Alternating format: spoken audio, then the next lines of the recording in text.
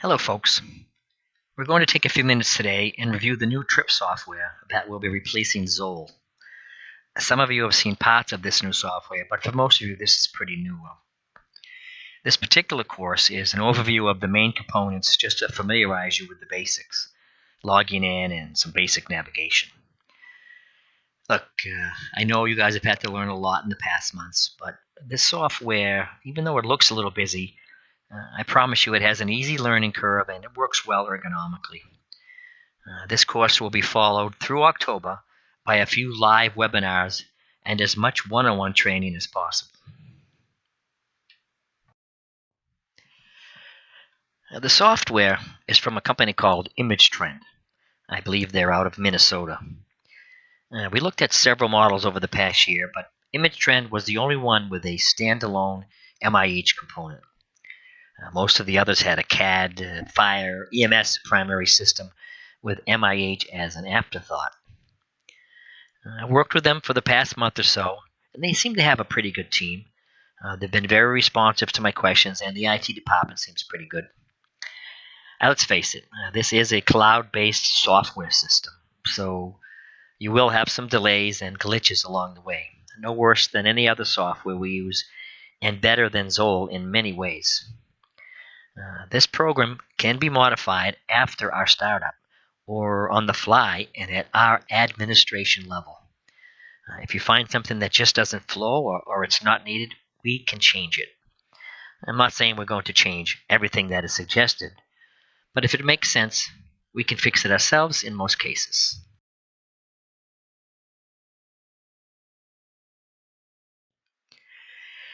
The precise name for the software is Imagetrend Elite. And as it says, Elite is a records management system that we access via a website. Imagetrend is Microsoft and Apple compatible, and we will have it loaded onto the desktop computers, the iPads, and eventually the Surface Pros. It will be accessible from any computer, but not your cell phone. At least I was unable to access it from my Samsung. And that's just as well, considering we have to maintain due diligence regarding HIPAA. Imagetrend will have essentially two access logon points. One that will load directly into a new blank EPCR for field operations, and one that will load onto an administrative site. The admin site will be used primarily at the base, for things like adding and editing new patients, record keeping, and reporting.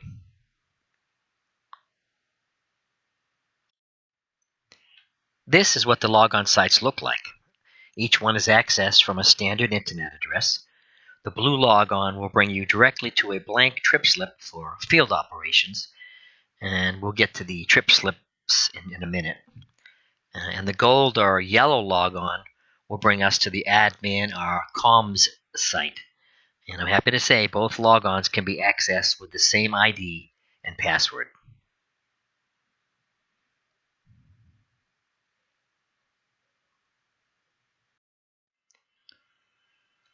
If you do not already have a password, the first time you log on, it will ask you to create a new password.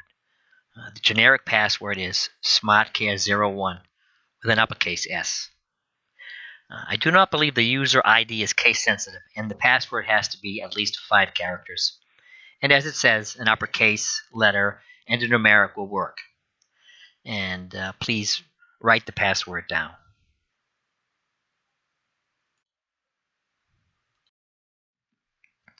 Unfortunately, this page comes up every time you log on to the administration site. Just click yes to get by it. We're going to look at the admin site first, and we'll look at some basic drop-down menus and new patient access points.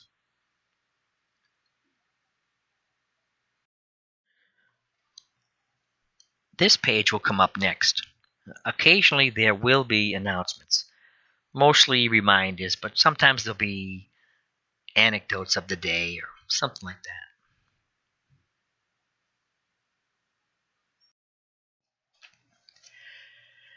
This is the Elite homepage, or the top section of the homepage. From here you can access the EPCR login or direct access to a blank trip form, starting with the Community Health drop-down, the Elite form login will bring you to just that, the blue log on page. Or you can hit the SmartCare Community Health, and this will bring you directly to a new blank ePCR, which we will look at more closely in a minute.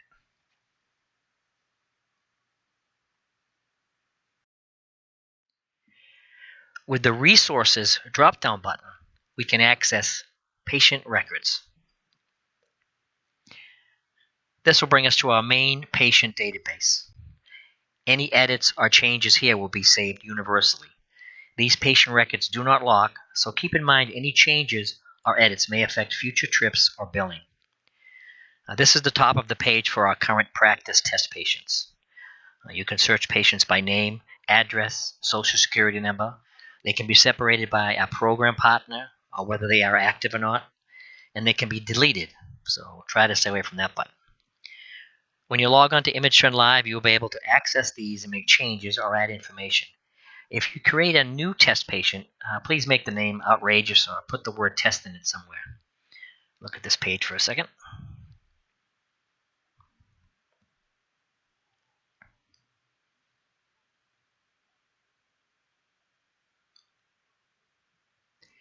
Now, here is a new patient blank demographic form, or the top of it anyway. It's pretty extensive. Our job is to realistically fill in as much information as we can with a new patient. This page is similar to the Zoll Add a Patient function. The red highlighted blocks have to be filled in. The rest, you do as much as you can.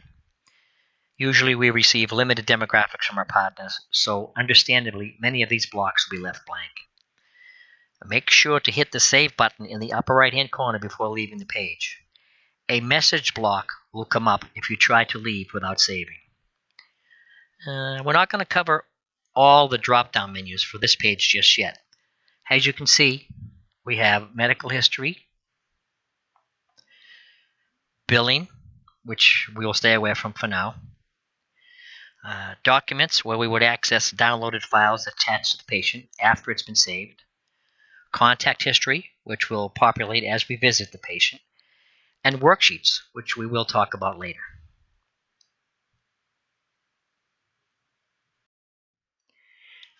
Here we find the Imagetrend Community drop-down menu. This menu will bring us to Imagetrend's Help and Education link. Here we can access pertinent webinars, updates, and frequently asked questions.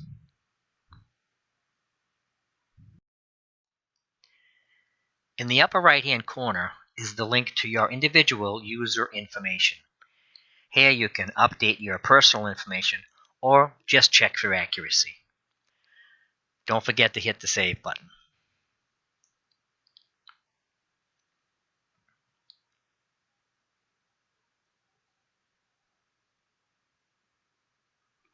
You can also access the link to determine what Imagetrend version you're working on. Occasionally, IT will ask. And of course, this is where you go to log out. The inbox is just that, an Imagetrend email system. We currently have not determined the best way to utilize this site just yet. It's a closed system connecting the elite user profiles only.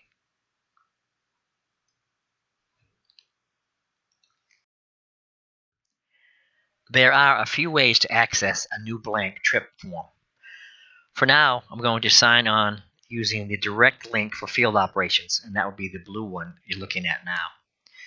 In this site, we use the same ID and password that you use to access the administrative site.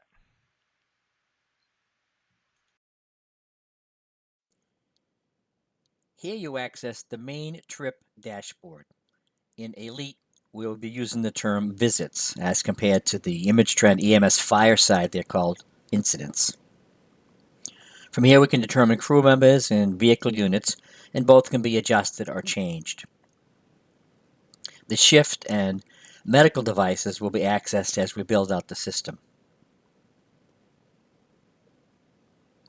Other forms will bring you to working templates, either a blank trip slip or other forms to be developed.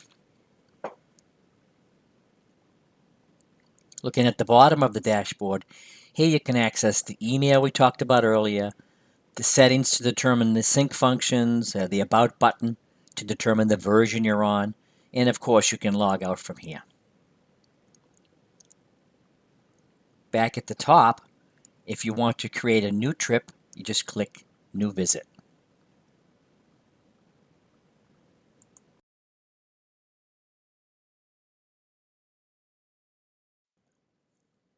This is the first page of a new trip form.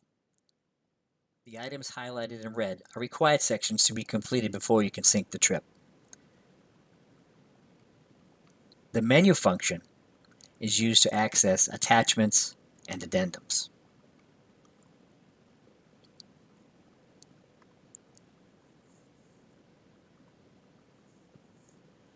The validation number seen here increases the more you fill in the form and allows you to sync the call at a certain level. The status signifies your current progression within the trip, from in progress all the way to the QA function.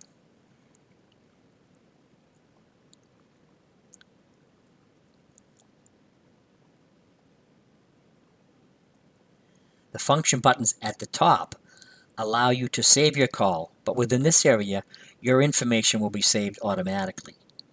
From here, you would create a PDF for reporting, an EKG function, which has not been set up yet, and of course, you can close the call out from here. To the right, you'll notice the green worksheet functions. These are pretty cool. We can custom build any type we want along with the current stock worksheets. Here is an example of a home health questionnaire with multiple choice answers, health scale, and summary notes. And of course, all the worksheets, when completed, will automatically attach to your finished trip report. As you progress through the form, the outer sections remain the same, including the timestamps and the demographics on the left. I'm not going to go over every page of a trip form at this time. When you can, access the site with your own profile and feel free to experiment with test patients and test patient information. Try the different functions, and you will notice additional red highlighted sections that have to be filled in before syncing.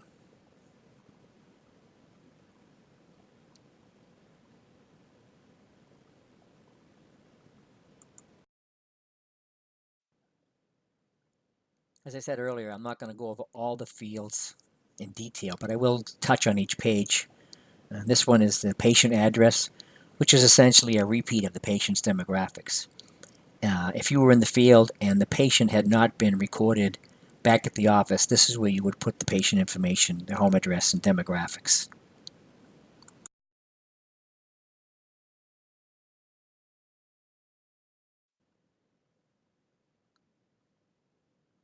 This is the emergency contact page, which is just what it sounds like. Emergency contacts and the relationship would go here.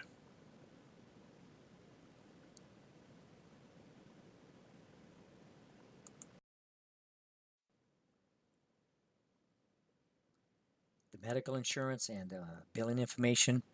We're not going to be doing this at the moment.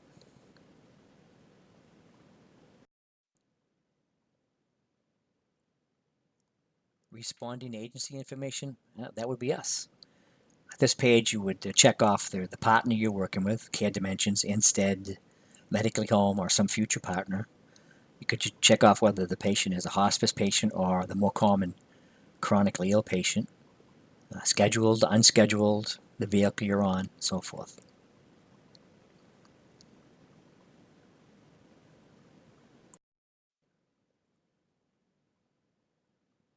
Scene a visit.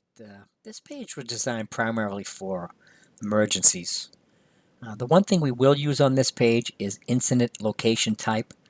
And some of the options are residence, apartment, nursing home, and things like that.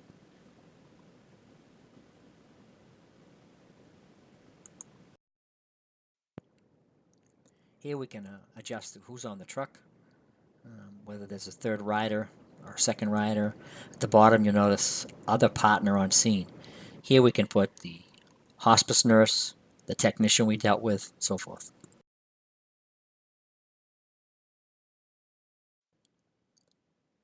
Past patient history.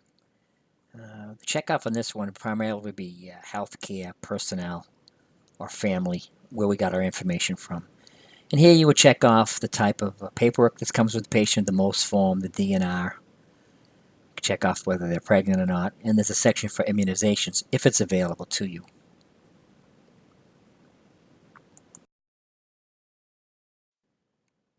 Patient medications or the current medications. This runs off of the national database. As usual, we haven't been filling this in with our current Zoll paperwork because the patient has a med list attached. But if we do use this, these can be modified to match more of the patient's medications and dosages.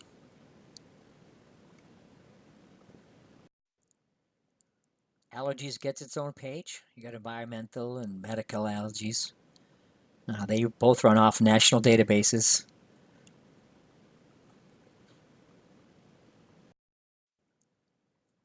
The activities page. Here on the activities page, you can do assessments, multiple vitals, the medications that you've administered, the different procedures, and of course your labs. I think you guys are going to like this page. It gives you a lot more to work with.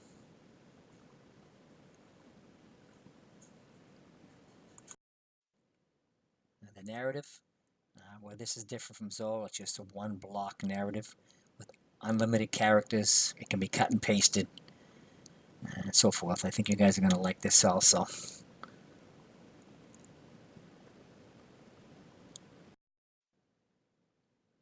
Here we have the next visit to-do list.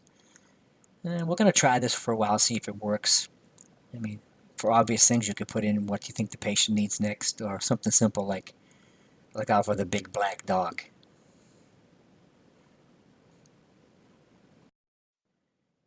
And lastly is the patient signature page.